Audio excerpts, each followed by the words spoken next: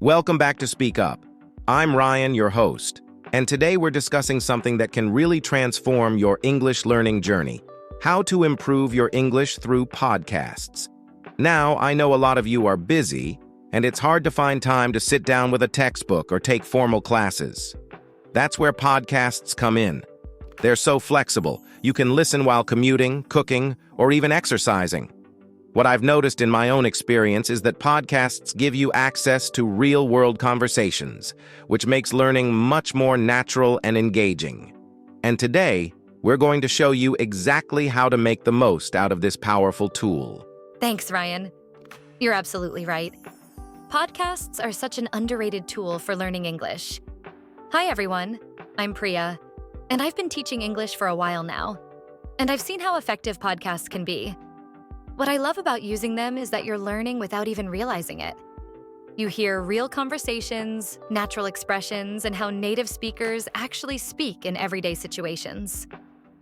For instance, many of my students have used podcasts to improve their listening skills, pronunciation, and even vocabulary, just by making podcasts part of their daily routine. It's also a low-pressure way to learn, unlike traditional study methods. So, I'm excited to dive into today's topic and share some practical tips on how to maximize your learning through podcasts. Let's start with the biggest advantage of podcasts. They're incredibly convenient. Think about it. You don't need to sit down with a book or a computer. You can just pop in your earphones and listen while you're on the go. Whether you're driving, at the gym, or even doing chores, podcasts make it so easy to fit learning into your day. I personally like to listen to podcasts while I'm commuting, and I find it's a great way to turn otherwise wasted time into productive learning. Exactly, Ryan. And beyond convenience, what I find even more valuable is that podcasts expose you to natural English. You're hearing how people speak in real situations, which is very different from the structured dialogues you find in textbooks. For example, if you're listening to a podcast on current events or interviews, you'll notice how informal language and everyday expressions are used, which helps build your conversational skills. You're not just learning words, you're learning how to use them. That's so true. And when you think about it, this is exactly what helps with listening comprehension too. You're not just hearing slow, overly clear textbook English. You're hearing people talk at a normal speed. It might be a little tough at first, but it really pushes your brain to get used to how English is actually spoken. Plus, the variety of accents you'll encounter across different podcasts is a huge bonus. Yes, the variety is key. When you expose yourself to different accents, whether it's British, American, or Australian, it really prepares you for understanding English globally. I had a student who was planning to study in the UK and started listening to British podcasts. Over time, she became so familiar with the accent that she didn't even struggle when she arrived. And it's not just about accents. It's about the different ways people phrase things. That's something you just don't get from textbooks. I love that example, Priya. It shows that podcasts really give you a more authentic experience with the language.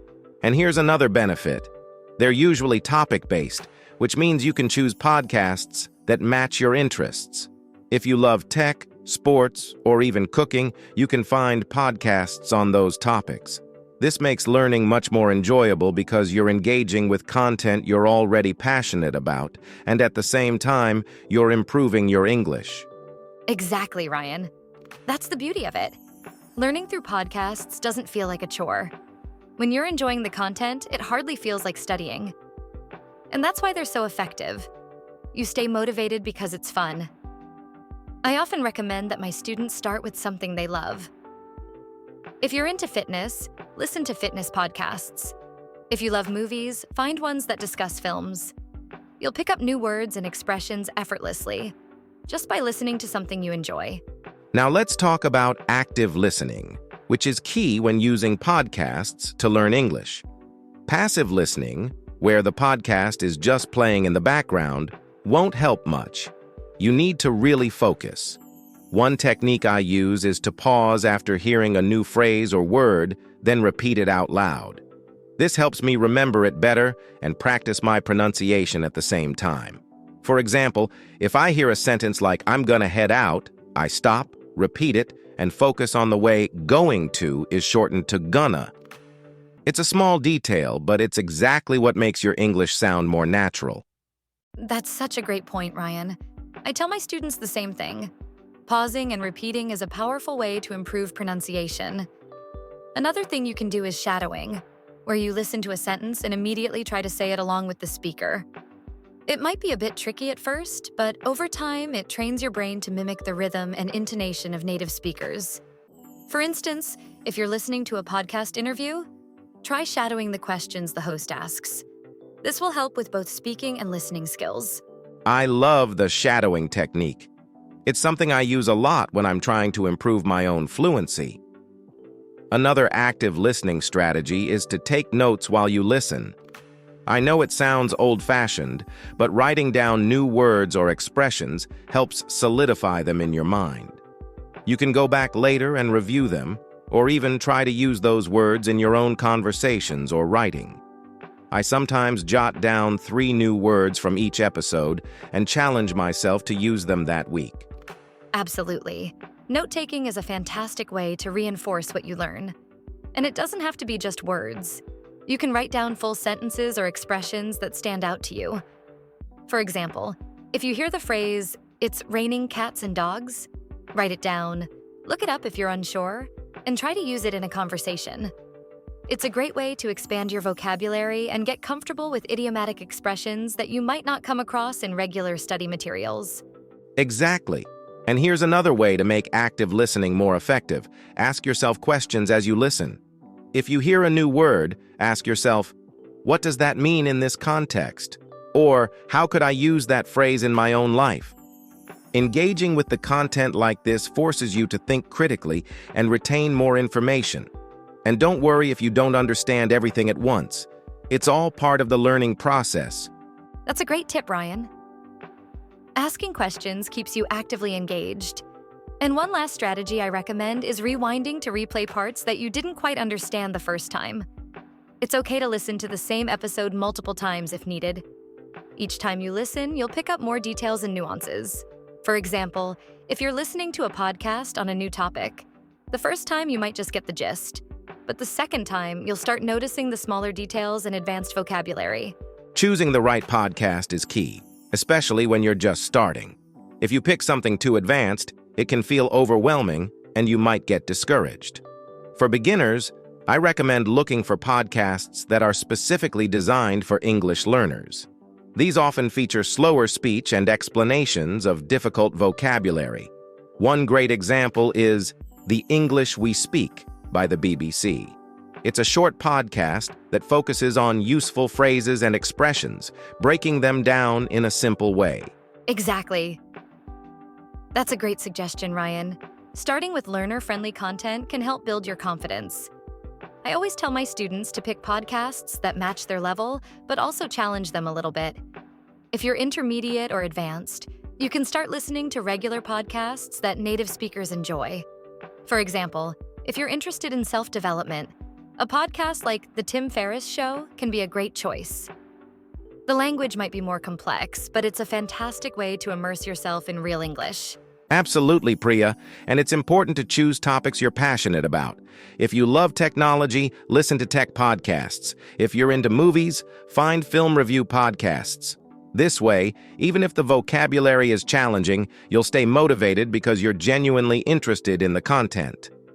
Personally, I love listening to TED Talks daily because not only do I learn new vocabulary, but I also get to hear a wide range of speakers with different accents and perspectives. That's a great tip. Listening to topics you enjoy makes the process so much more engaging. Another thing to keep in mind is the length of the podcast.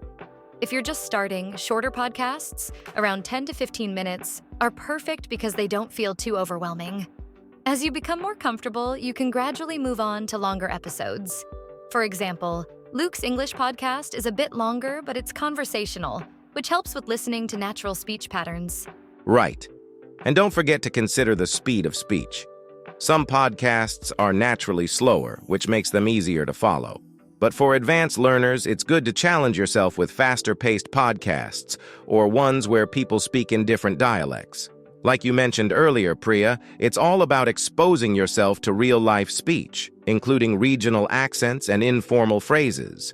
It's what really prepares you to understand English in all its forms. Exactly, Ryan. And one last thing I would add is to use podcast transcripts if they're available. A lot of podcasts now come with transcripts, and reading along while you listen can really help you connect the words to how they're pronounced. It's also a great way to catch any vocabulary you might have missed. For instance, many podcasts on platforms like Spotify or Apple Podcasts offer this feature, so make sure to check if the podcast you're listening to has it. So, listening to podcasts is great, but let's talk about how you can actually practice speaking using them. One technique I love is to mimic the host's speech. After listening to a segment, pause the podcast and try to repeat exactly what the host said, mimicking their tone, pronunciation, and even their intonation. It might feel a bit strange at first, but it really helps. For example, if the host says, "Today we're going to discuss a really important topic," you can pause and repeat that sentence with the same emphasis and tone. Yes, Ryan, that's one of my favorite techniques too. It's called shadowing, where you try to speak along with the podcast in real time, almost like you're following the speaker's shadow. It's a great way to improve fluency because you're not only focusing on the words, but also the rhythm and speed of natural conversation. For instance, if you're listening to an interview, you can repeat the interviewer's questions and then pause to practice responding as if you were in the conversation. Exactly. Shadowing is a brilliant way to get comfortable with natural speech. Another practical method is to summarize what you've heard. After finishing an episode, try to summarize it out loud in your own words. This helps you recall the vocabulary and practice structuring sentences. You can even record yourself doing this and compare it to how the host summarized the episode. It's a great way to track your progress. That's a really good idea, Ryan. Recording yourself adds another layer of practice.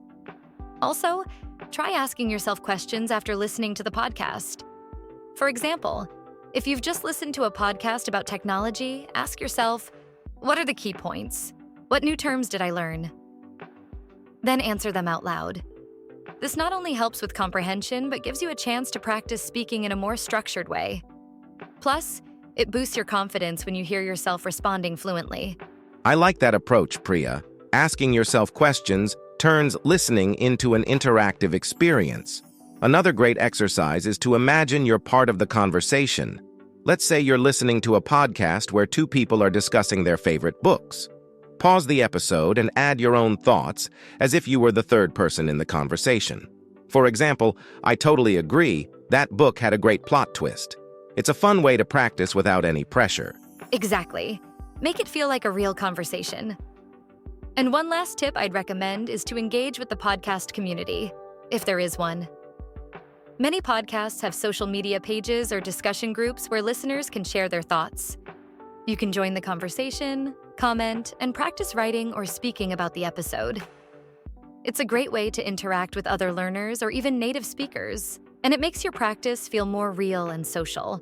Let's talk about one of the best ways to retain what you're learning: taking notes. While you're listening to a podcast, it's a good idea to jot down any new words, phrases, or idiomatic expressions you hear. For example, if you hear a phrase like, "the ball's in your court," write it down and look it up later. I usually keep a small notebook or even use the Notes app on my phone while listening. This way, I don't miss out on anything useful. That's a really smart strategy, Ryan. I always recommend to my students that they don't just write down the word, but also the sentence it was used in. Context is so important when learning new vocabulary. For instance, if you hear a sentence like, "It's raining cats and dogs," write the whole thing down. That way, when you review your notes, you'll remember how it's used and not just the meaning of the individual words. It's a great way to reinforce your learning. That's such a good point about context, Priya. It really makes a difference. Another tip is to take your new vocabulary and try to use it as soon as possible. Let's say you learned the word procrastinate. You could challenge yourself to use it in a sentence later that day, like, "I tend to procrastinate when it comes to doing laundry." This not only helps with memory, but also builds your confidence using the word naturally. Yes, putting new words into action is so important. And to add to that, I also recommend creating your own sentences for the words you've written down. For example, if you learn the word opportunity, you could write a sentence like, "I'm grateful for the opportunity to learn English through podcasts." This helps you personalize the word and understand how it fits into your own life. The more you personalize, the easier it is to remember. Exactly. Personalization makes all the difference. Another useful technique is reviewing your notes regularly. Don't just write down the words and forget about them. Go back to your list at the end of the week and quiz yourself. You can also group words by themes, like business vocabulary or travel phrases, and this will help you recall them when you need to use them in those contexts. I agree, Ryan. And speaking of themes, another idea is to keep your notes organized by episodes or topics. If you listen to a podcast about travel, keep all the travel-related vocabulary in one place. That way, when you're revisiting a topic later on, all your relevant vocabulary is neatly grouped together.